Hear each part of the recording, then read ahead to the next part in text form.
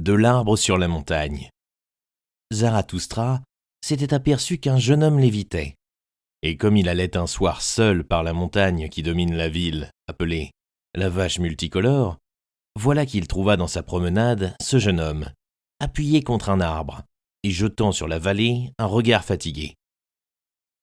Zarathustra mit son bras autour de l'arbre, contre lequel le jeune homme était assis, et il parla ainsi. « Si je voulais secouer cet arbre avec mes mains, je ne le pourrais pas.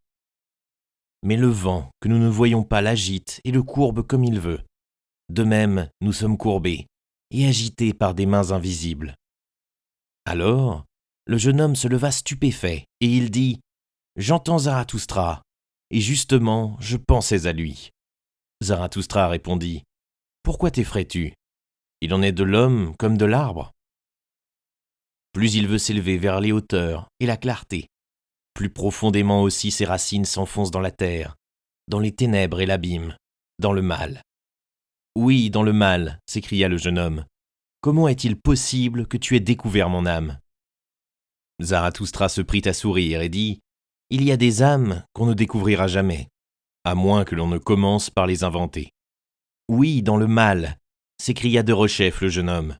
« Tu disais la vérité, Zarathustra.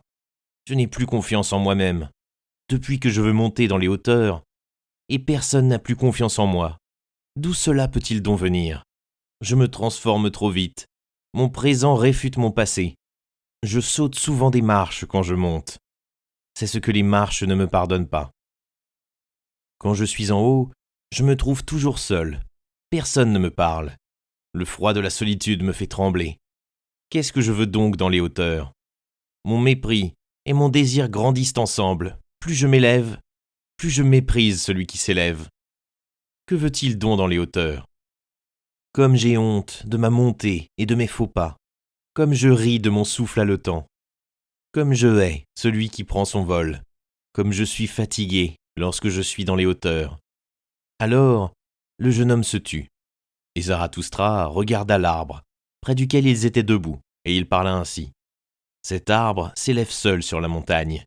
Il a grandi bien au-dessus des hommes et des bêtes. Et s'il voulait parler, personne ne pourrait le comprendre, tant il a grandi. Dès lors, il attend, et il ne cesse d'attendre. Quoi donc ?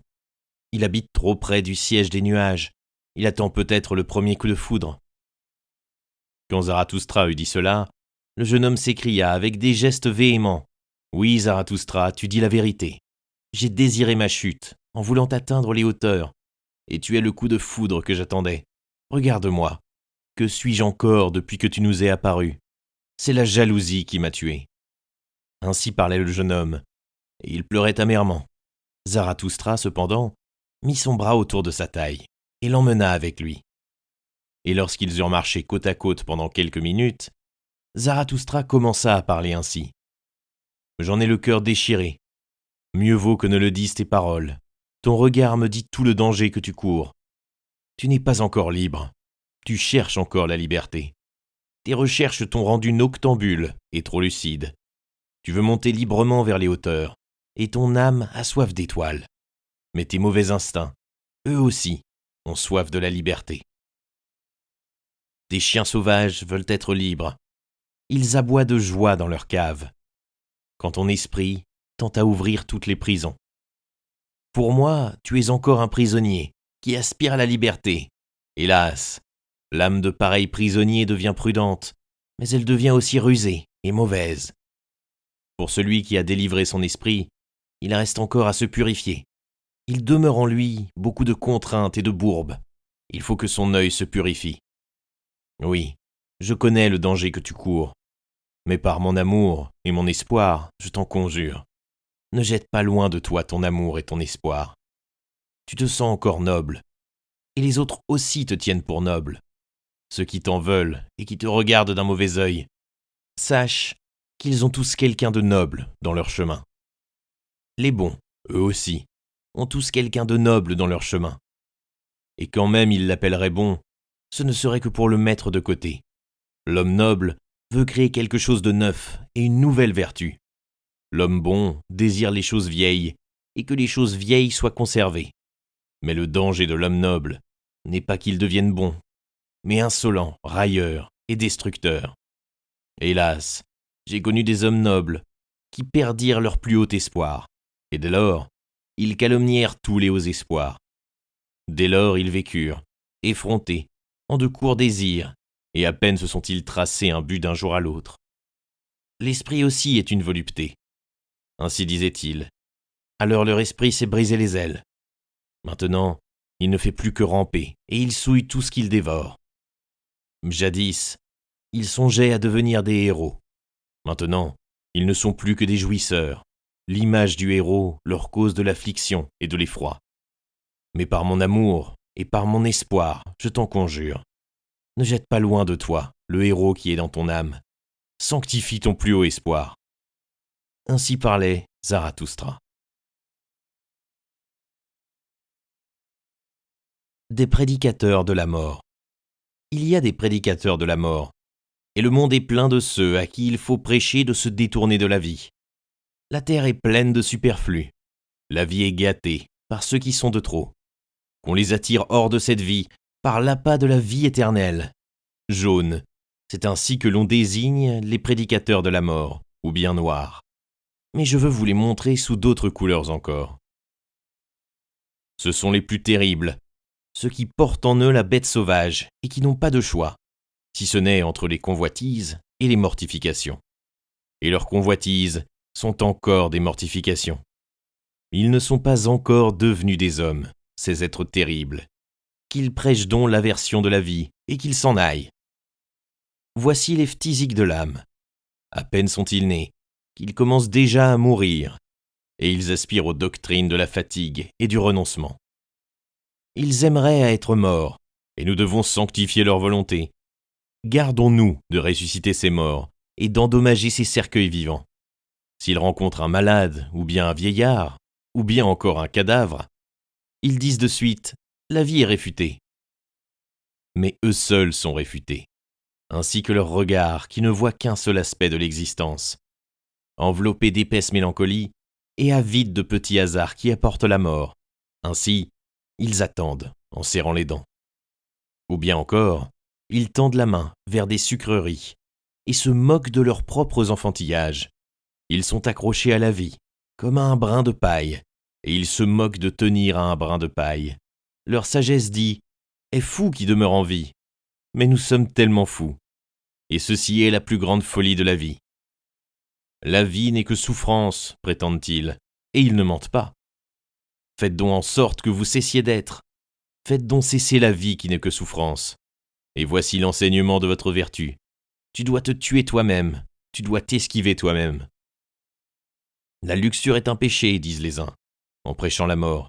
Mettons-nous à l'écart et n'engendrons pas d'enfants. L'enfantement est pénible, disent les autres. Pourquoi enfanter encore ? On n'enfante que des malheureux. Eux aussi sont des prédicateurs de la mort. Il nous faut de la pitié, disent les troisièmes. Prenez ce que j'ai, prenez ce que je suis. Seraient d'autant moins liés par la vie. Si leur pitié allait jusqu'au fond de leur être, ils tâcheraient de dégoûter de la vie leur prochain. Être méchants, ce serait là leur véritable bonté. Mais ils veulent se débarrasser de la vie. Que leur importe si avec leur chaîne et leur présent, ils en attachent d'autres plus étroitement encore.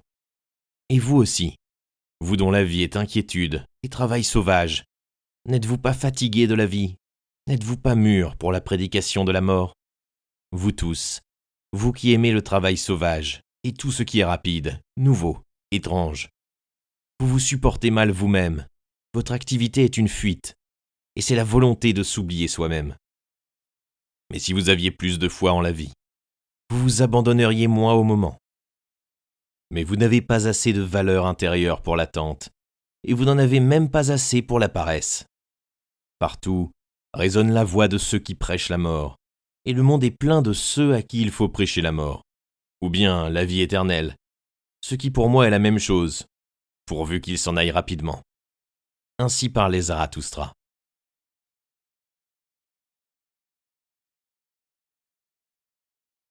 De la guerre et des guerriers. Nous ne voulons pas que nos meilleurs ennemis nous ménagent, ni que nous soyons ménagés par ceux que nous aimons du fond du cœur. Laissez-moi donc vous dire la vérité. Mes frères en la guerre, je vous aime du fond du cœur, je suis, et je fus toujours votre semblable. Je suis aussi votre meilleur ennemi. Laissez-moi donc vous dire la vérité.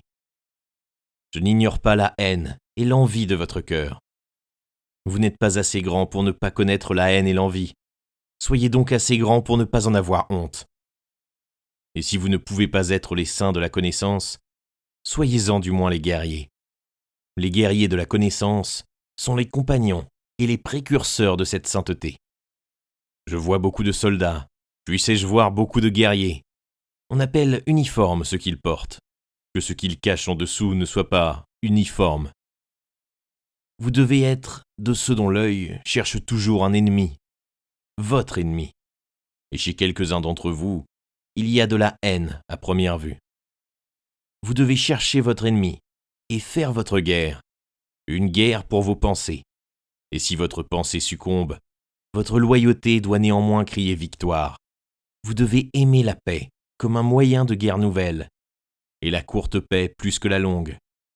Je ne vous conseille pas le travail, mais la lutte. Je ne vous conseille pas la paix, mais la victoire. Que votre travail soit une lutte, que votre paix soit une victoire. On ne peut se taire et rester tranquille que lorsque l'on a des flèches et un arc. Autrement, on bavarde et on se dispute. Que votre paix soit une victoire. Vous dites que c'est la bonne cause qui sanctifie même la guerre. Je vous dis, c'est la bonne guerre qui sanctifie toute cause. La guerre et le courage ont fait plus de grandes choses que l'amour du prochain. Ce n'est pas votre pitié, mais votre bravoure qui sauva jusqu'à présent les victimes. Qu'est-ce qui est bien ? Demandez-vous. Être brave, voilà qui est bien. Laissez dire les petites filles, bien. C'est ce qui est en même temps joli et touchant. On vous appelle sans cœur, mais votre cœur est vrai, et j'aime la pudeur de votre cordialité. Vous avez honte de votre flot, et d'autres rougissent de leur reflux. Vous êtes laids ? Eh bien, mes frères, enveloppez-vous du sublime, le manteau de la laideur. Quand votre âme grandit, elle devient impétueuse. Et, dans votre élévation, il y a de la méchanceté. Je vous connais. Dans la méchanceté, l'impétueux se rencontre avec le débile. Mais ils ne se comprennent pas. Je vous connais. Vous ne devez avoir d'ennemis que pour les haïr, et non pour les mépriser. Vous devez être fiers de votre ennemi. Alors, les succès de votre ennemi seront aussi vos succès. La révolte, c'est la noblesse de l'esclave. Que votre noblesse soit obéissance. Que votre commandement lui-même soit de l'obéissance. Un bon guerrier préfère « tu dois » à « je veux ». Et vous devez vous faire commander tout ce que vous aimez. Que votre amour de la vie soit l'amour de vos plus hautes espérances. Que votre plus haute espérance soit la plus haute pensée de la vie. Votre plus haute pensée, permettez que je vous la commande, la voici. L'homme est quelque chose qui doit être surmonté. Ainsi, vivez votre vie d'obéissance et de guerre, qu'importe la vie longue. Quel guerrier veut être ménagé ? Je ne vous ménage point. Je vous aime du fond du cœur, mes frères en la guerre. Ainsi parlait Zarathustra. De la nouvelle idole. Il y a quelque part encore des peuples et des troupeaux. Mais ce n'est pas chez nous, mes frères. Chez nous, il y a des États. États, qu'est-ce cela ? Allons, ouvrez les oreilles. Je vais vous parler de la mort des peuples. L'État, c'est le plus froid de tous les monstres froids. Il ment froidement. Et voici le mensonge qui rampe de sa bouche. Moi, l'État, je suis le peuple. C'est un mensonge. Ils étaient des créateurs, ceux qui créèrent les peuples, et qui suspendirent au-dessus des peuples une foi et un amour. Ainsi, ils servaient la vie. Ce sont des destructeurs, ceux qui tendent des pièges au grand nombre, et qui appellent cela un État. Ils suspendent au-dessus d'eux un glaive et sans appétit. Partout où il y a encore du peuple, il ne comprend pas l'État, et il le déteste comme le mauvais œil et une dérogation aux coutumes et aux lois. Je vous donne ce signe. Chaque peuple a son langage du bien et du mal. Son voisin ne le comprend pas. Il s'est inventé ce langage pour ses coutumes et ses lois. Mais l'État ment dans toutes ses langues du bien et du mal, et, dans tout ce qu'il dit, il ment. Et tout ce qu'il a, il l'a volé. Tout en lui est faux. Il mord avec des dents volées, le hargneux. Feintes sont même ses entrailles. Une confusion des langues du bien et du mal. Je vous donne ce signe, comme le signe de l'État. En vérité, c'est la volonté de la mort qu'indique ce signe. Il appelle les prédicateurs de la mort. Beaucoup trop d'hommes viennent au monde. L'État a été inventé pour ceux qui sont superflus. Voyez donc comme il les attire, les superflus, comme il les enlace, comme il les mâche et les remâche. Il n'y a rien de plus grand que moi sur la terre. Je suis le doigt ordonnateur de Dieu. Ainsi hurle le monstre. Et ce ne sont pas seulement ceux qui ont de longues oreilles et la vue basse qui tombent à genoux. Hélas, en vous aussi, ô grandes âmes, il murmure ces sombres mensonges. Hélas, il devine les cœurs riches qui aiment à se répandre. Certes, il vous devine, vous aussi, vainqueur du Dieu ancien. Le combat vous a fatigué, et maintenant votre fatigue se met au service de la nouvelle idole. Elle voudrait placer autour d'elle des héros et des hommes honorables, la nouvelle idole. Il aime à se chauffer au soleil de la bonne conscience, le froid monstre. Elle veut tout vous donner, si vous l'adorez, la nouvelle idole. Ainsi, elle s'achète l'éclat de votre vertu et le fier regard de vos yeux. Vous devez lui servir d'appât pour les superflus. Oui, c'est l'invention d'un tour infernal, d'un coursier de la mort, cliquetant dans la parure des honneurs divins. Oui, c'est l'invention d'une mort pour le grand nombre, une mort qui se vante d'être la vie, une servitude selon le cœur de tous les prédicateurs de la mort. L'État est partout, où tous absorbent des poisons, les bons et les mauvais. L'État, où tous se perdent eux-mêmes, les bons et les mauvais. L'État, où le lent suicide de tous s'appelle la vie. Voyez donc ces superflus. Ils volent les œuvres des inventeurs et les trésors des sages. Ils appellent leur vol civilisation. Et tout leur devient maladie et revers. Voyez donc ces superflus. Ils sont toujours malades. Ils rendent leur bile et appellent cela des journaux. Ils se dévorent et ne peuvent pas même se digérer. Voyez donc ces superflus. Ils acquièrent des richesses et en deviennent plus pauvres. Ils veulent la puissance, et avant tout le levier de la puissance. Beaucoup d'argent, ces impuissants. Voyez-les grimper, ces singes agiles. Ils grimpent les uns sur les autres, et se poussent ainsi dans la boue et dans l'abîme. Ils veulent tous s'approcher du trône, c'est leur folie. Comme si le bonheur était sur le trône. Souvent, la boue est sur le trône. Et souvent aussi, le trône est dans la boue. Ils m'apparaissent tous comme des fous, des singes grimpeurs et impétueux. Leur idole sent mauvais, ce froid monstre. Ils sentent tous mauvais, ces idolâtres.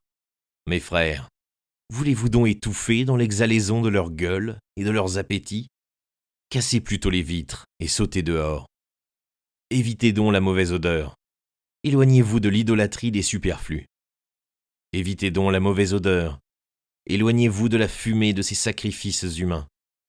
Maintenant encore, les grandes âmes trouveront devant eux l'existence libre. Il reste bien des endroits, pour ceux qui sont solitaires ou à deux. Des endroits où souffle l'odeur des mers silencieuses. Une vie libre reste ouverte aux grandes âmes. En vérité, celui qui possède peu est d'autant moins possédé. Béni soit la petite pauvreté. Là où finit l'État, là seulement commence l'homme qui n'est pas superflu. Là commence le chant de la nécessité, la mélodie unique, la nulle autre pareille. Là où finit l'État, regardez donc mes frères, ne voyez-vous pas l'arc-en-ciel et le pont du surhumain? Ainsi parlait Zarathustra. Des mouches de la place publique.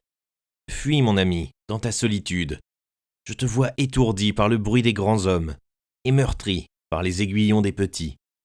Avec dignité, la forêt et le rocher savent se taire en ta compagnie. Ressemble de nouveau à l'arbre que tu aimes, à l'arbre aux larges branches. Il écoute silencieux, suspendu sur la mer. Où cesse la solitude, commence la place publique. Et où commence la place publique, commence aussi le bruit des grands comédiens et le bourdonnement des mouches venimeuses. Dans le monde, les meilleures choses ne valent rien sans quelqu'un qui les représente. Ce peuple appelle ses représentants des grands hommes. Le peuple comprend mal ce qui est grand, c'est-à-dire ce qui crée. Mais il a un sens pour tous les représentants, pour tous les comédiens des grandes choses. Le monde tourne autour des inventeurs de valeurs nouvelles. Il tourne invisiblement. Mais autour des comédiens tourne le peuple et la gloire. Ainsi va le monde. Le comédien a de l'esprit, mais peu de conscience de l'esprit. Il croit toujours à ce qui lui fait obtenir ses meilleurs effets, à ce qui pousse les gens à croire en lui-même. Demain, il aura une foi nouvelle, et après-demain, une foi plus nouvelle encore. Il a l'esprit prompt comme le peuple, et prompt au changement. Renverser, c'est ce qu'il appelle démontrer. Rendre fou, c'est ce qu'il appelle convaincre. Et le sang est pour lui le meilleur de tous les arguments. Il appelle mensonge et néant. Une vérité qui ne glisse que dans les fines oreilles. En vérité, il ne croit qu'en les dieux qui font beaucoup de bruit dans le monde. La place publique est pleine de bouffons tapageurs. Et le peuple se vante de ces grands hommes. Ils sont pour lui les maîtres du moment. Mais le moment les presse. C'est pourquoi ils te pressent aussi. Ils veulent de toi un oui ou un non. Malheur à toi si tu voulais placer ta chaise entre un pour et un contre. Ne sois pas jaloux des esprits impatients et absolus, ô amant de la vérité.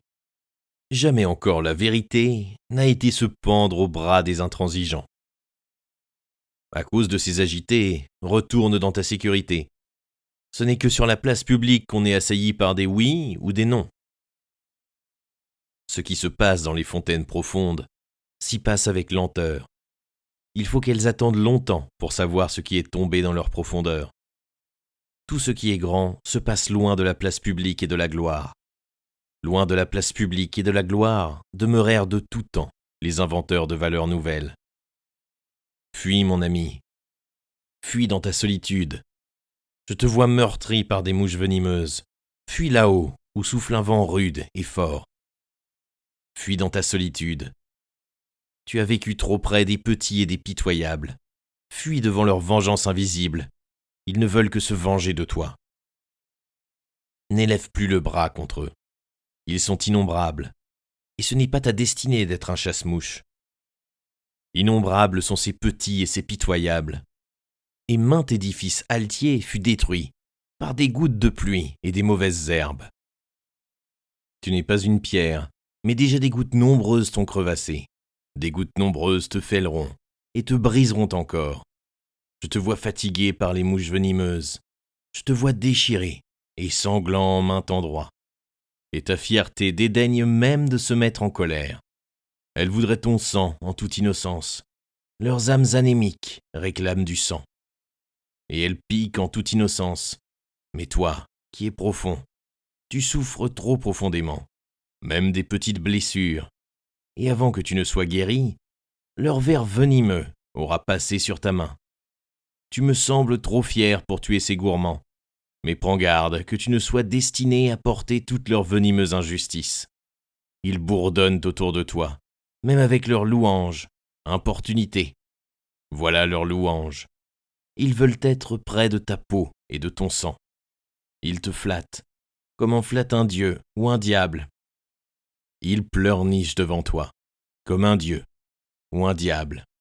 Qu'importe, ce sont des flatteurs et des pleurards, rien de plus.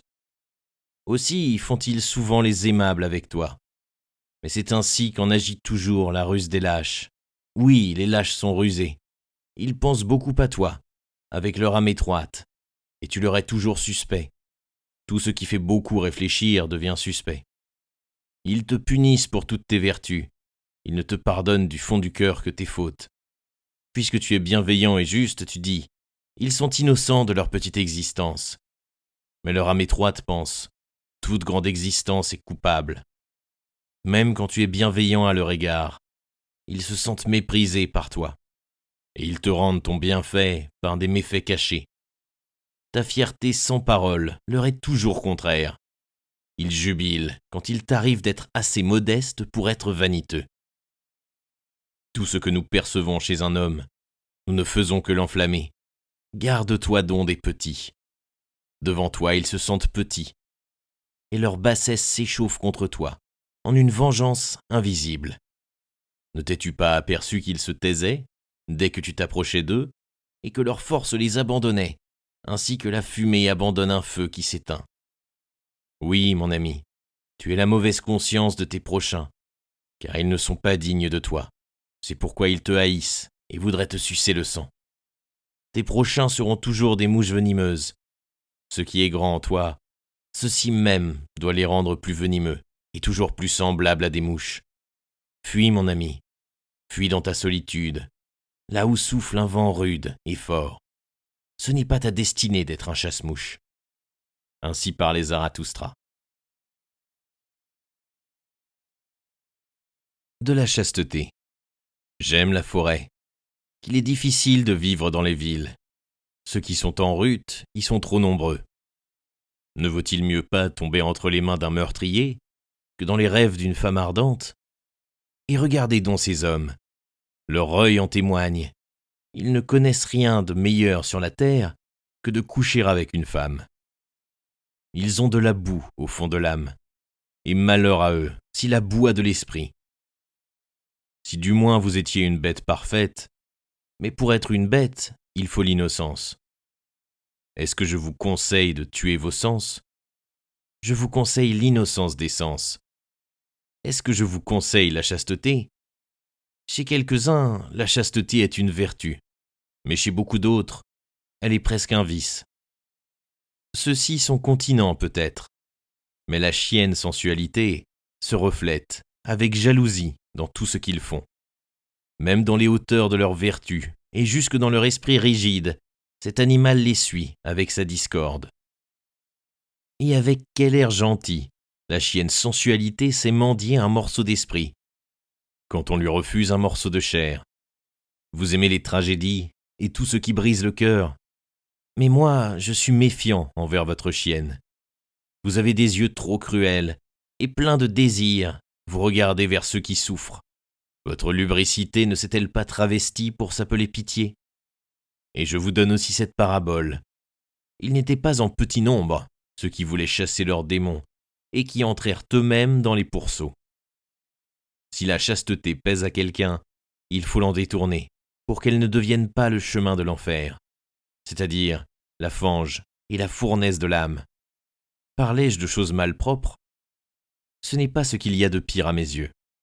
Ce n'est pas quand la vérité est malpropre, mais quand elle est basse, que celui qui cherche la connaissance n'aime pas à descendre dans ses eaux. En vérité, il y en a qui sont chastes jusqu'au fond du cœur. Ils sont plus doux de cœur, ils aiment mieux rire, et ils rient plus que vous. Ils rient aussi de la chasteté et demandent « Qu'est-ce que la chasteté? La chasteté n'est-elle pas une vanité? Mais cette vanité est venue à nous. Nous ne sommes pas venus à elle. Nous avons offert à cet étranger l'hospice de notre cœur.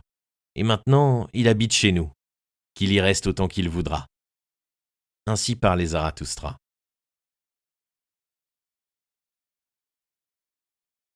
De l'ami. Un seul est toujours de trop autour de moi. Ainsi pense le solitaire. Toujours une fois un, cela finit par faire deux. Je et moi sont toujours en conversation trop assidue. Comment supporterait-on cela s'il n'y avait pas un ami? Pour le solitaire, l'ami est toujours le troisième. Le troisième est le liège, qui empêche le colloque des deux autres de s'abîmer dans les profondeurs. Hélas, il y a trop de profondeur pour tous les solitaires.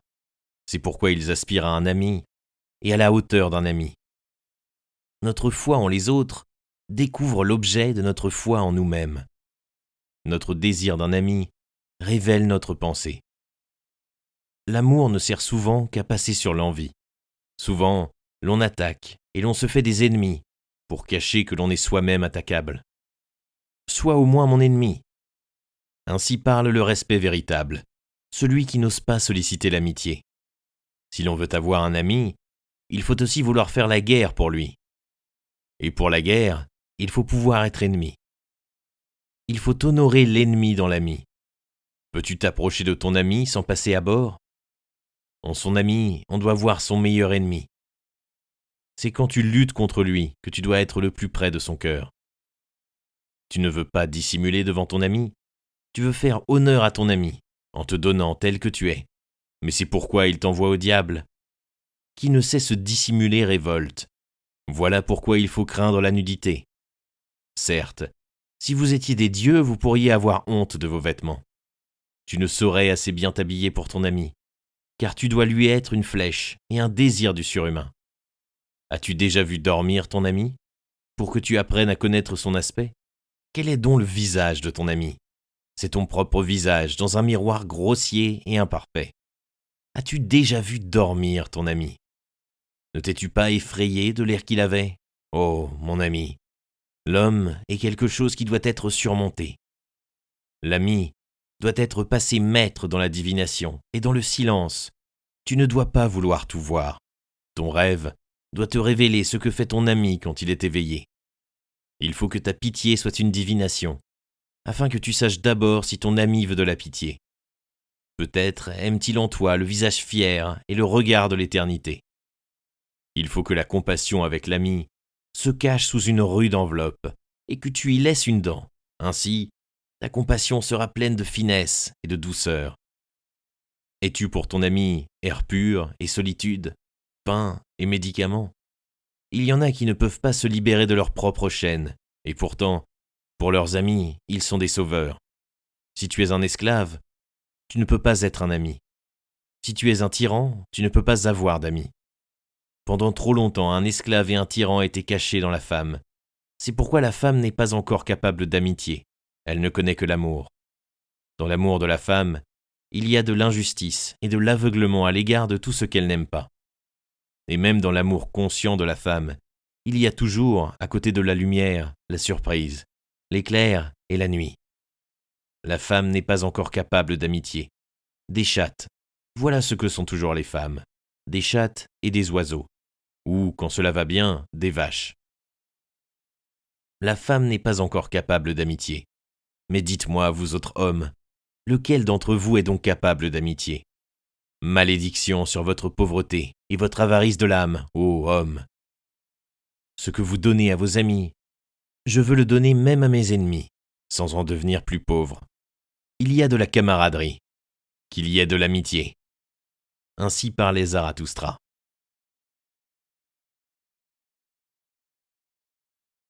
1001 buts. Zarathustra a vu beaucoup de contrées et beaucoup de peuples. C'est ainsi qu'il a découvert le bien et le mal de beaucoup de peuples. Zarathustra n'a pas découvert de plus grande puissance sur la terre que le bien et le mal.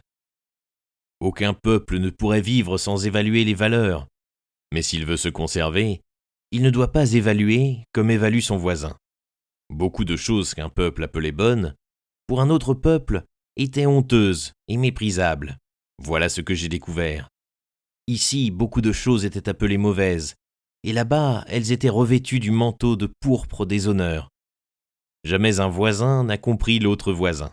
Son âme s'est toujours étonnée de la folie et de la méchanceté de son voisin. Une table des biens est suspendue au-dessus de chaque peuple.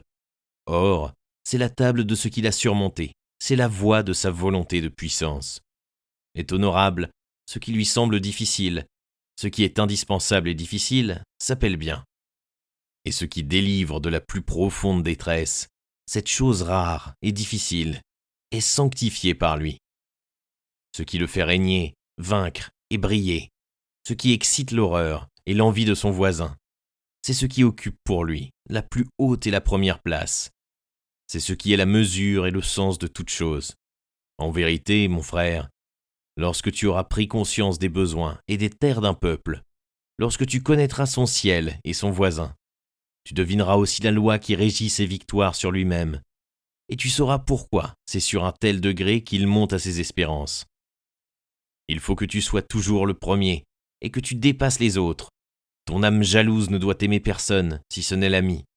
Ceci fit trembler l'âme d'un Grec, et lui fit gravir le sentier de la grandeur. Dire la vérité, et savoir bien manier l'arc et les flèches.